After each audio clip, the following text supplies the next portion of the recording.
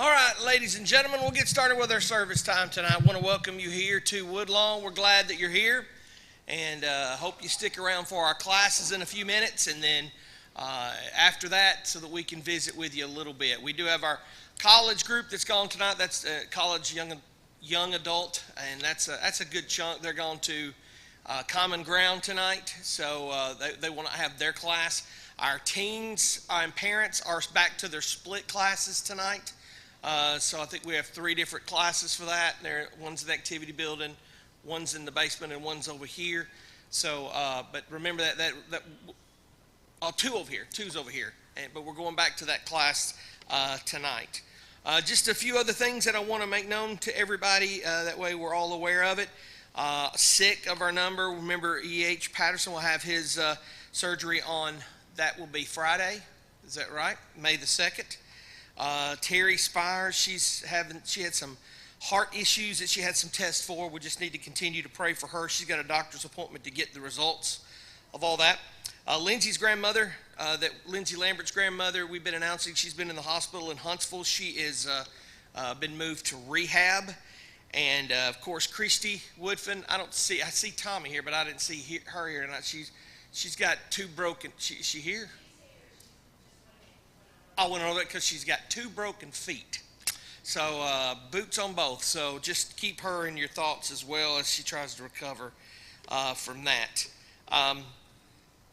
Cindy Jones was telling me just a few minutes ago, baby Henry, who we've been praying for, that had the heart condition when he was in utero, and they did the surgery, and he is been med-flighted back to Birmingham to Children's. Could be some sort of reaction to one of the vaccines he got, or it could be something else, but they did have to give him some blood. But just remember that she asked us to pray for baby Henry. Also, we want to continue to pray for the Chandler family with the loss of Miss Pat. That funeral will be here. Most of you, I hope everybody got the message, but the funeral will be Saturday at 11:30. Visitation starts at 11:30 to 1:30. The funeral will be at 1:30. And then the burial will be at Tri-Cities, and the family, I think, for the food groups, they're eating afterwards. Is that correct, Kevin? I think so. Eating afterwards. Other announcements we've got, because of that, parents of those seniors, let's make sure after tonight, I guess you could take your stuff down for your tables. For the senior displays, so we can have them out by Saturday for that. Just make sure we do that.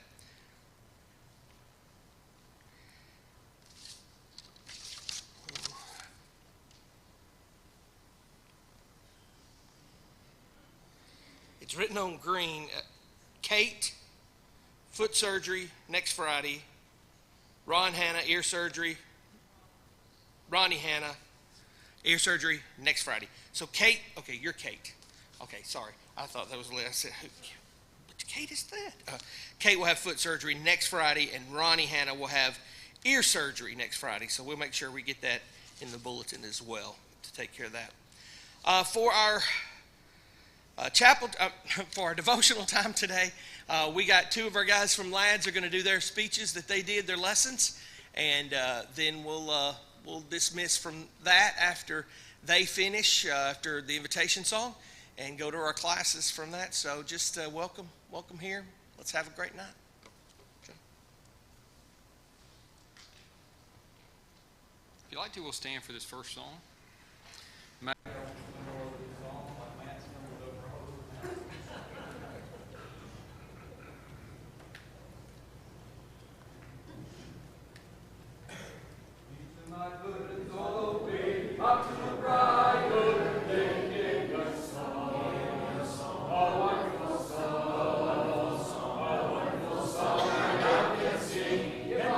Joy bells ringing, yes, oh.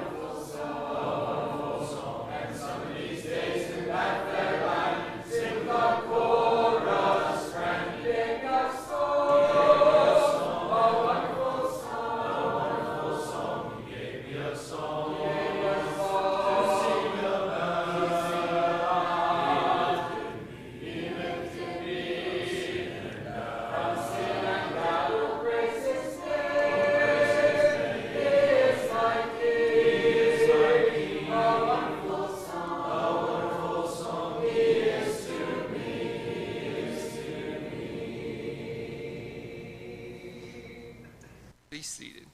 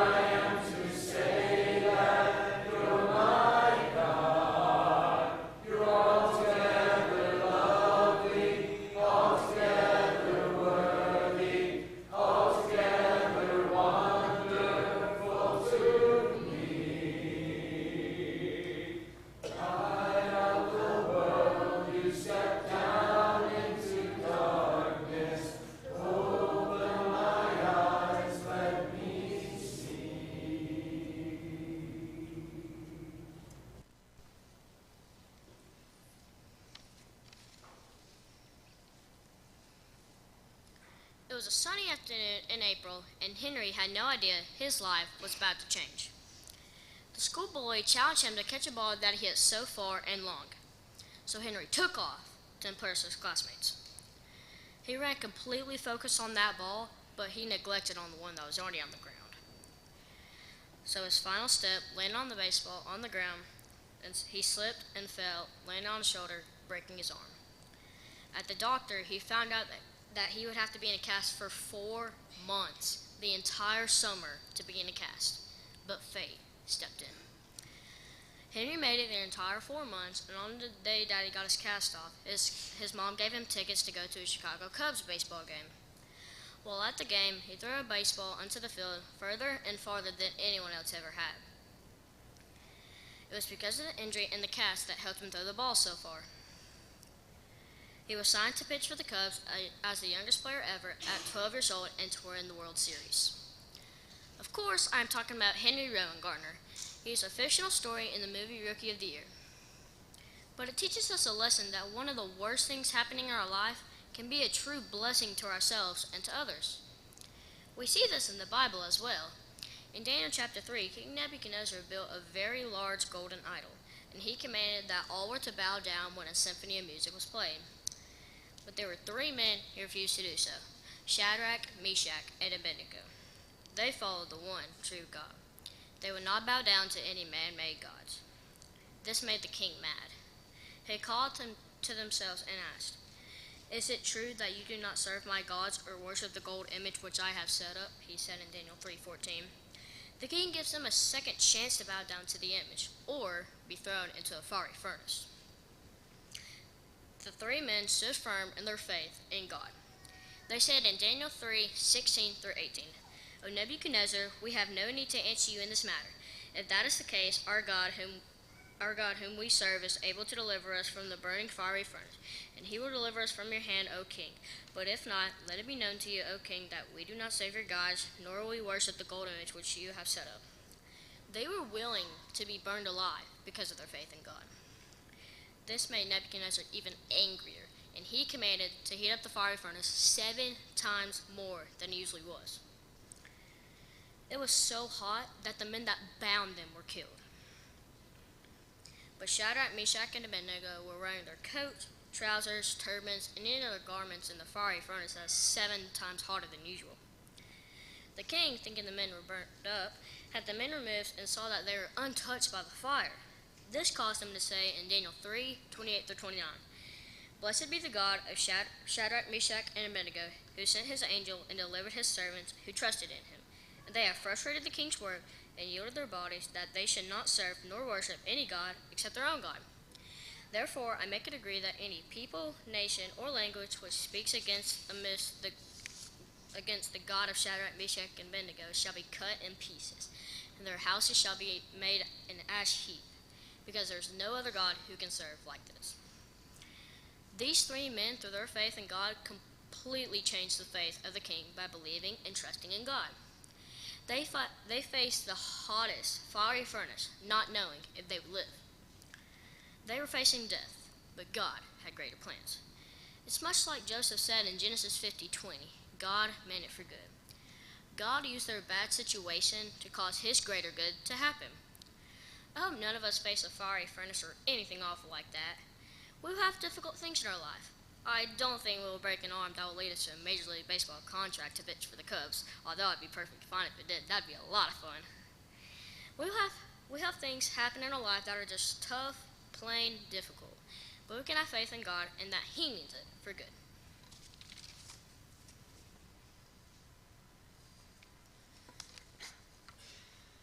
The year was 2007. There was a man going through a significant trial in his life because he had been just diagnosed with leukemia for the second time in his life. It's difficult enough to be diagnosed once, but to beat it and be diagnosed a second time can be defeating. We call this man Uncle Marty. We aren't related by blood, but Uncle Marty is a very strong Christian influence in my life. Uncle Marty and I have done a lot of fun things together. I remember we went to Rupp Arena to see a Kentucky basketball game. We also went to Tuscaloosa to see an Alabama football game. I have so many other memories with him, but it wasn't until I got older that I understood the trials in his life and how it shaped who he is today. During his second diagnosis, there was a time where he had to sit in an isolated room for 7 whole days. He wasn't allowed out of his room, and all he could do was watch TV and DVDs he had borrowed from my dad. Marty made it through his treatment. It wasn't easy, but he survived. In fact, during the time after his treatment, he thrived. It still amazes me that he went on to run half marathons and full marathons. He is an inspiration to me, my family, and my church family. The cancer diagnosis was difficult to deal with, but it has allowed Uncle Marty to do things and touch people's lives in special ways. It's not always easy to deal with the trials of life gives us. James chapter 1 verses 2 and 3 says, My brethren, count it all joy when you fall into various trials, knowing that the testing of your faith produces patience. But let patience have its perfect work, that you may be perfect and complete, lacking nothing. Patience is a hard thing to come by in our society. Everything is at our fingertips. We can order food and have it delivered to us. We can order anything we could possibly need or want, and it can be at our doorstep in 2 days. We don't have to debate about who is right or wrong in an argument because we can simply look up the answer on our smartphones. Yet here's a passage in the Bible telling me and you that we need to have patience, and that when trials in life arise, we should be joyful. That seems like it shouldn't make any sense. But God says that it makes us better and closer to Him. If you look at the book of Ruth, we're introduced to the family of Elimelech. Elimelech has a wife, Naomi, 2 sons and 2 daughters-in-law, Orpah and Ruth. Elimelech and his sons die, and Naomi, Orpah, and Ruth are the only ones left. Naomi wants to release Orpah and Ruth to go back to their mother's house. They plan to stay with Naomi, but Orpah ultimately decides to go back to her homeland and to their gods. Ruth, however, chooses to stay with Naomi and the true living God. She says in Ruth 1:16 and 17, Entreat me not to leave you or from following after you. For wherever you go, I will go. Where you lodge, I will lodge. Your people will be my people, and your God my God. Where you die, I will die, and there I will be buried. The Lord do so to me, and more also, if anything but death parts you and me. Ruth could have quit and gone back to the home of her youth, but her love for her husband and for her mother-in-law strengthened her to stay with Naomi. She emphasizes that she will follow God. This wasn't easy, though. As they returned to Bethlehem, Naomi told her people that she went out full, but the Lord brought her home again empty. Ruth 1:21. She had lost everything and everyone, except Ruth. In fact, Ruth began gleaning heads of grain just so they could be able to eat. We're told in Leviticus 19:9-10 that gleaning happened when people of the harvest were to leave leftover crops on the farmland so that they could be gathered by the poor and the destitute. This is the exact situation Ruth found herself in. She had lost her husband, her father-in-law, and her brother-in-law, and was now considered poor, and had to glean heads of grain just so she could be able to eat. She was at a very low point in life, but God had bigger plans for her. She was gleaning grain from a field owned by a man named Boaz, and Boaz favored Ruth. He watched over her and protected her. He eventually would marry Ruth and provide a home for her and Naomi. In fact, through these events in her life, good and bad, she became the great-grandmother of King David, which means that she is included in the lineage of Jesus. Even though she experienced awful things in life, as we're told in Genesis 50:20, God meant it for good. When we are in trials in our life, we can ask, how can I persevere through this? And what is God trying to teach me? I'm sure there were times when Ruth asked these questions. We all do when we're facing trials in life. This brings me back to Uncle Marty. Uncle Marty went through chemicals in his body to try and fight off the cancer. He was at a low point, having to go through things that made him ill and at times defeated. But he survived the cancer treatment. Twice. I learned from Marty that God can teach us lessons through the difficult trials that we face. Marty used his personal experience to begin an outreach ministry called Christ Over Cancer. The purpose of this ministry is to show the hope that comes through Jesus. It provides a book filled with entries from survivors and families about how Jesus helped them through their cancer journey. Marty used the evil of cancer to bring good to countless others, as over 2,000 books have been given out so far. We have, or we will have, difficult trials that we face in life. I hope that we can find inspiration through Uncle Marty and through Ruth and others to persevere and know that God means it all for good.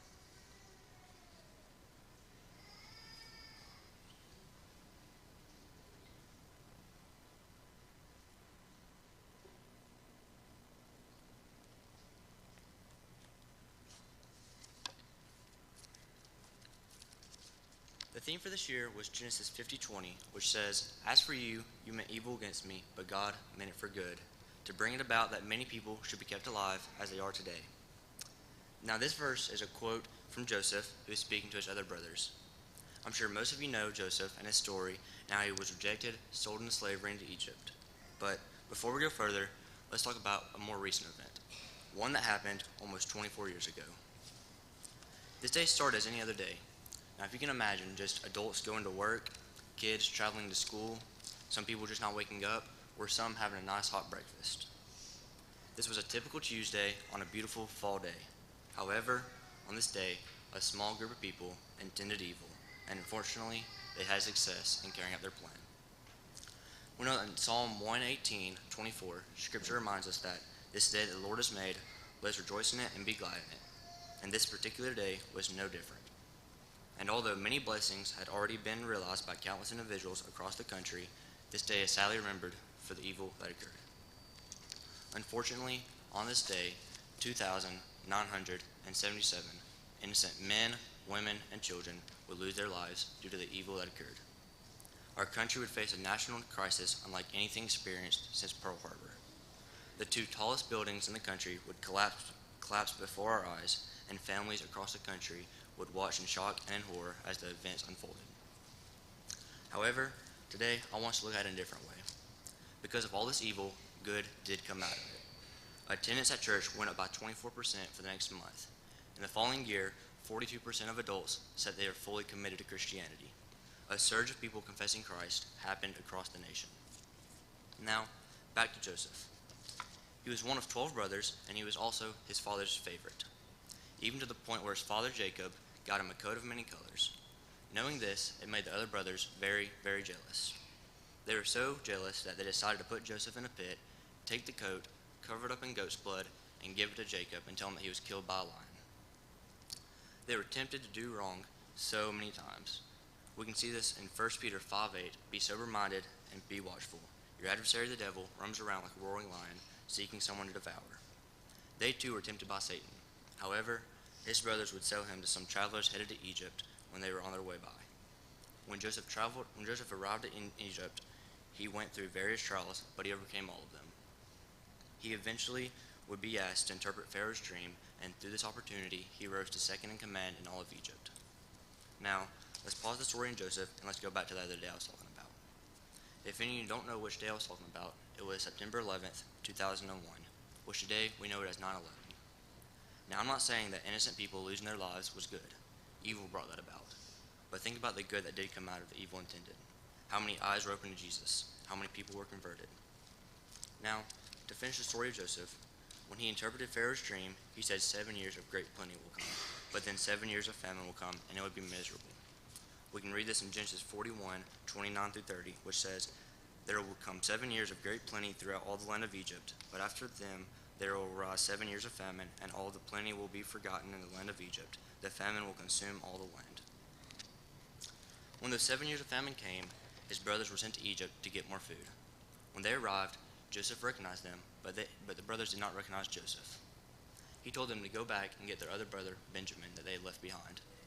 When he sent them back, they were very, very, very actually confused on why they had to go back and get their brother. But they soon found out that Joseph had already put all the money and all the food that they needed in their sack. When they got back to Egypt, they realized that their brother Joseph was the one that had helped them. Knowing this, the brothers asked for forgiveness, and Joseph forgave them. So, would they have survived if Joseph wasn't in Egypt to help? We'll never know what would have happened if Joseph did interpret that dream, but I'm happy it did because I believe it saved many lives. Although Joseph's brothers intended evil against him, God used it for good. He suffered in a part of his life to help a lot more people later on. So, today, with the two stories I told, I want to challenge you to look at the things that have happened in your life and find the good.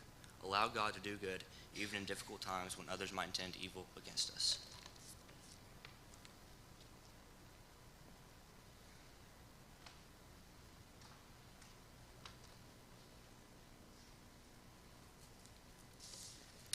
You know, we've listened to these three guys talk about how bad things can turn out good.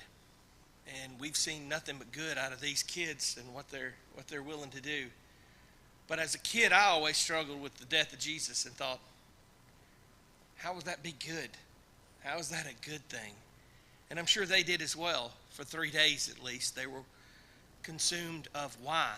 Why did this happen? But, as you know, I'm so glad it happened, because the good that comes from it is a chance for us to have the resurrection. So tonight, if you're subject to that invitation, if you're not a Christian, if you've learned something from these guys, if you need prayers of the church, whatever it is that you have in your life that you have needs with, let us help. Let our Lord take care of your sin. Let him add you to the church if that's what needs to happen. Whatever it is, please come as together we stand and sing.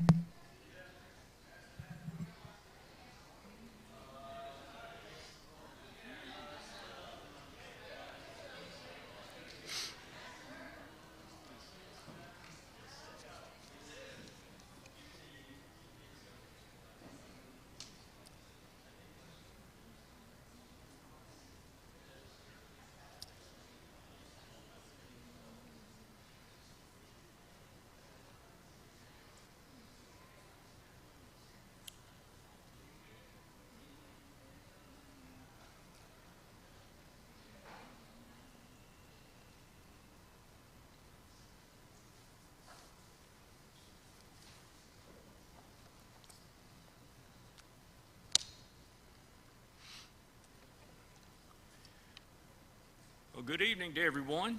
Good to be here. Good to hear these young men speak. I think that's going to be it. I don't think it's as loud as it usually is. There's nobody up there, so I can't help you. I'll try to speak louder, or maybe just bring it closer to me if I can. They usually ask me before they walk out if I think it's loud enough. We're in Romans chapter 14 at verse 10, and the big discussion that we have had in chapter 14 is the problem that came about in the church at Rome about eating meat, keeping special days, and we have to continually tell ourselves that these things do not matter. They are just consequential. They come up. But if you were in the middle of these things, it did matter. It did matter how you felt about eating meat sacrificed to idols. It did matter if you were one that wanted to keep a special day. And the only thing that Paul has told us so far through this is that we have to, as the stronger brother, take into account the things that the weaker brother believes in. Now, he doesn't say just let the younger or the weaker brother have his way. We must teach. We must teach what is the truth. But at the same time, we are not to just run over our brethren. You know, we are not to say bad things about them, do bad things to them, because they believe something that we do not. Now, we always have to remember that we are in a transitional period here. We're talking about changing a system, whether you're talking about the Jewish system or you're talking about the system of paganism. These things are changing, and they have to change because of the coming of the church. And so in that change, there are going to be things that we have to think about. There are things that we have to talk about, to discuss. And Paul is simply saying that even though there's nothing wrong with eating meat, even though there's nothing wrong with keeping special days, as long as it does not contradict what God has said. We simply have to do what God says. But he's trying to teach both of these, the weaker and the stronger, I guess you would say, that we have to be cautious about what we try to force on other people. If we believe there's nothing wrong with eating meat and we're going to force that on everybody and we're going to say that's the way you've got to believe it, then we have a problem. Same thing about these special days. In verse 10, he's talking about things that he has been discussing, and he says, "But why dost thou judge thy brother?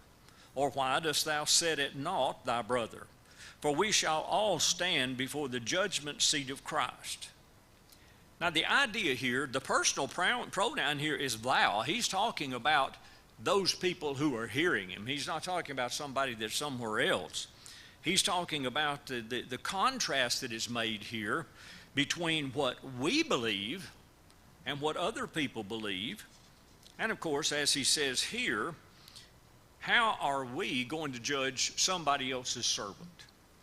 If we, now of course, we know that they owned people, they had slaves, and of course the Roman Empire at one time I think had more slaves than they had non-slaves.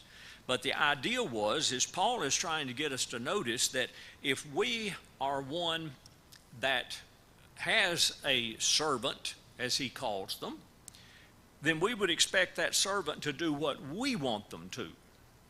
And the same thing is true here. We are not supposed to judge the servants of God on things that are inconsequential. Now, again, we have to remind ourselves that Paul is not talking about things that are black and white Christianity, things that God has said we must obey. If we have a weaker brother that just simply will not give over to that, then we must teach him We must teach him emphatically, I think, that, this is what God has said, and this is what we must do. And when you get to the problem of the eating of meats or the holidays, you're not going to find anything in the scriptures that tell you that that's right or wrong. Now, trying to force it on somebody is wrong, and that goes for anything. Anything that we might believe that we're trying to force on others is going to be pretty much wrong. Now, that doesn't mean that we're not trying to teach them the truth, but the stronger brother must not sit in a judgment seat to say this is what's right and you're going to have to conform. You'll have to get over this. There are many people like that. He places himself there because of what we might call a prideful knowledge. He thinks that he's got it all together. He thinks that he knows what's best. Of course, may not. Notice in 1 Corinthians chapter 8 at verse 1, Paul again says, "Now as touching things offered unto idols, we know that we all have knowledge. Knowledge puffeth up, but charity edifieth." In other words, we know that there's nothing to an idol. We know that there's nothing wrong with eating meat.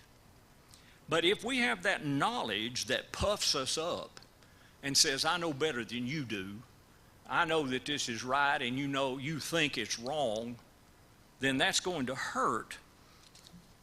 And he says it hurts the charity of each of us. We ought to love each other enough to say that if you don't believe something that I do, and again, it's nothing that touches the doctrine of God, that we can do that.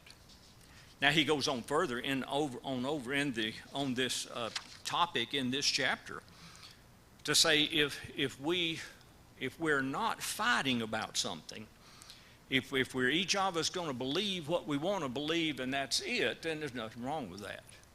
Now again, these are on things that are not scriptural. These are on things that are not doctrine. He says, "For we shall all stand before the judgment seat of Christ." If we have people that just absolutely, obstinately stand for things that are not, it doesn't matter, then God is going to judge them for that, especially if they want to force that on others. We all must stand before the judgment seat of Christ. As a family of God, we know that we have to be tolerant. We have to be tolerant of people. There are people in our own family that we are tolerant with. And in the family of God, we are going to be tolerant to those people that are round about us. There will always be people that know more and less than we do. There are people that are smarter. There are people that are not as smart. But we can't fight over that. For the Father judgeth no man, but hath committed all judgment unto the Son. Jesus is going to judge us, and we know that. And Acts chapter 17 says that there was a time when there was ignorance. There was ignorance among people, and it says that God winked at that. Now, I don't think that meant that God just simply forgave it, especially if they were doing something wrong, but that he considered what the situation was. In the early church, if there were people that believed eating meat to idols was wrong, and they tried to force that on people, then we know that had to change. It would be just the same thing as if I knew eating meat wasn't wrong and I try to force that on you. Because eating of meat is nothing. These holy days were nothing. He said in the verses before this that if you have a holy day and you want to keep that, then that's fine. But we know that God has given us the first day of the week. That's the day we come together to worship, to partake of the Lord's Supper, to give, to sing, to pray, to do all of these things that make up our worship to God. And we have to do that. We have to keep all of that because it's what God said.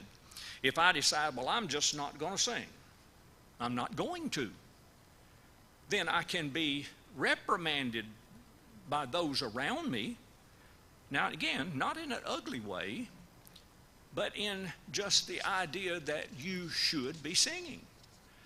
And you might say, well, I can't sing. And, well, that's something that can be debated. You always go, what is it, Psalms, make a joyful noise unto the Lord. You can still sing. You can still do something. But we couldn't hedge on that because we know that that's commanded.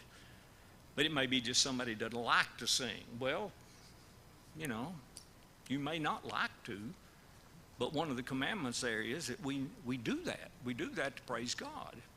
And so, again, that's not something that's optional. It's not something that is immaterial, such as eating meat. Verse 11, for it is written, as I live, saith the Lord, every knee shall bow to me, and every tongue shall confess to God. Therefore, we know that we are going to have to confess what we do to God, and we're going to have to be judged on that. And that's everything. Isaiah chapter 45 at verse 23. He says, I have sworn by myself, the word is gone out of my mouth in righteousness and shall not return, that unto me every knee shall bow, every tongue shall swear. Now, he's not only talking about, this is my opinion, I do not think that God is talking about that every knee is going to bow to him at the end of time, and that we're not expected to do that now. Christians are expected to bow the knee to God. He's the king, in other words. And he says that we have to bow to them. We recognize his authority. And we would not have recognition of his authority if he hadn't said that we have to bow that knee. People bow knees to earthly rulers, a king, or someone like that. But we know that when we bow to God, we are not bowing to the stronger brother. We are bowing to God. If the stronger brother, he may believe exactly what we believe, but we can't take it out on those who do not believe exactly the same way. There will be no unbelievers at judgment. I think we all know that. When we stand before Christ to be judged, I think even the atheists are going to hit their knees because they're going to find out that they're wrong. They've been wrong all this time. They could have turned it around. They could have eagerly, with the tongue, confessed God and his way, but they hadn't. And so they're going to bow then, perhaps hoping that something will turn around, but I don't really think it's going to. Imagine a line of prisoners in the judgment line. They're there in that line, awaiting to be judged. Suddenly, one of them bolts from the group, climbs onto the judgment seat, and declares, I now am judge. That's a foolish thing to do. It's a foolish thing to imagine. Who am I to judge anybody? When we tell someone that they need to be baptized for the remission of sins, I am not judging them. I am informing them. There's nothing emotional about it in one way. But when you tell someone that God has said this, it's what God said. It's what God means. And it's what God is going to hold us responsible for. So we have to be careful about how we judge one another. It would be an easy thing to shake our fist at people and look down on people because they don't believe just exactly everything that we do. But I dare say that there's probably people in this room that don't believe everything I believe. Now, I'm not talking about doctrinal things. There are things that, well, for example, I would never mow my grass on Sunday. I would never do that. You will never find me doing that. That's just my opinion. I don't want to mow it any time. But the idea is I am not going to get out on the Lord's Day and mow my grass. Now, that may be a holdover from my Baptist days. I don't know. But if you mow your grass, more power to you. If that's what you want to do, I'm not going to say you're wrong for doing it. It's that I feel I would be wrong for doing it. Now, Paul goes on into that in the latter part, again, of this chapter and says, if you believe something's wrong, you better not do it. If it's in your conscience and you say this is wrong, then don't do it. But be very careful if we want to start forcing that on other people, because we're not the judge. God is. So then every one of us must give account of himself unto God. Notice this is individual account. I don't have to give account for you, and you don't have to give account for me. So the way I conduct my life is on me. The way you conduct your life is on you. That doesn't mean that I am going to be unthinking toward you and let you do something that's wrong without telling you.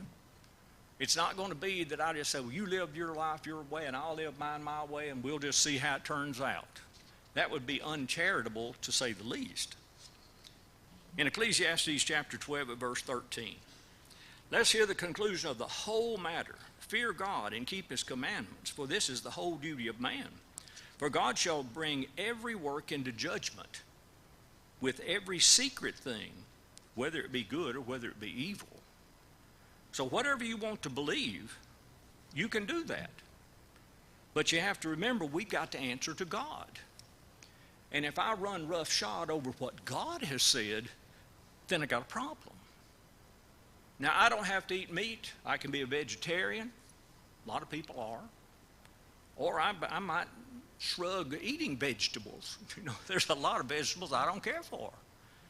But the idea is that's got nothing to do with pleasing God. If I'm going to eat meat, I better be thankful for that meat. If I'm going to eat vegetables, I better be thankful for those vegetables, because God has given those things to us to supply the body, and that's exactly what we want to do. We don't want to be deceived. You know, God is not mocked. What God says do, we're going to have to do, or we're going to have to reap the results of that.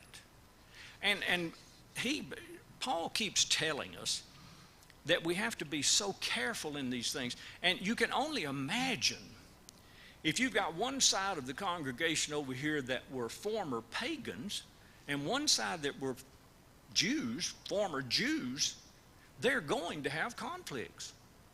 Because just as I said, I might carry over something from my Baptist days, there may be some of them that carry over some of from their Jewish days, and we know they did. Paul talks about that. You've got to give that up. No doubt, these people that were the pagans did exactly the same thing. Let us not therefore judge one another anymore, but judge this rather, that no man put a stumbling block or an occasion to fall in his brother's way. This word judge here from one of the Bible versions uses the word criticize. Let us not therefore criticize one another anymore, but criticize rather that no man put a stumbling block in the course of his fellow brother. That is, we have to properly distinguish or decide what we believe is right. We have to distinguish whether or not what we believe is what God tells us to believe. And this is something that is an ongoing process. Every one of us find out things that we may not have totally believed before, but we find out that it is something that not only do we believe, but we have to believe. He says, don't judge anybody anymore. Now again, we're talking about in things that are in the matters of indifference. If you're doing something that God says you must not do, then I have a right to judge you. But it's not me. It's God who's judging you. This is what God said. God says this, and you have to do it. And I have to do it. But in these things that are indifferent, we have to be very cautious in order that we might do these things with charity. We have to do them with love. And we have to try to help people understand these things. Now, it may not be that we convince somebody that eating meat sacrificed to idols is a right thing. It's an okay thing.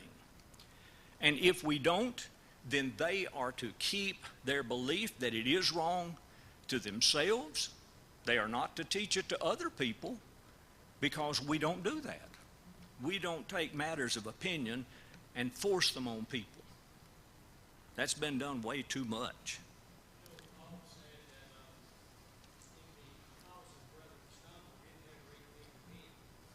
That's exactly right. I just won't eat meat. Now, it may not be that severe for us. It may simply be that if let's say if we're out to eat with a couple that don't believe eating meat, then it might be that we would order not meat, but something else. I heard a story a long time ago of a couple who invited a Catholic couple over to their house on a Friday night and served fried chicken. We know that's just wrong. They don't believe, or I don't think they still, but they may not believe this anymore. I remember when I was in school, on Friday we had fish. And that's because there were so many Catholics. That's just the way it was. Did it bother anything? Of course not. Did I hate eating the fish on Friday? No.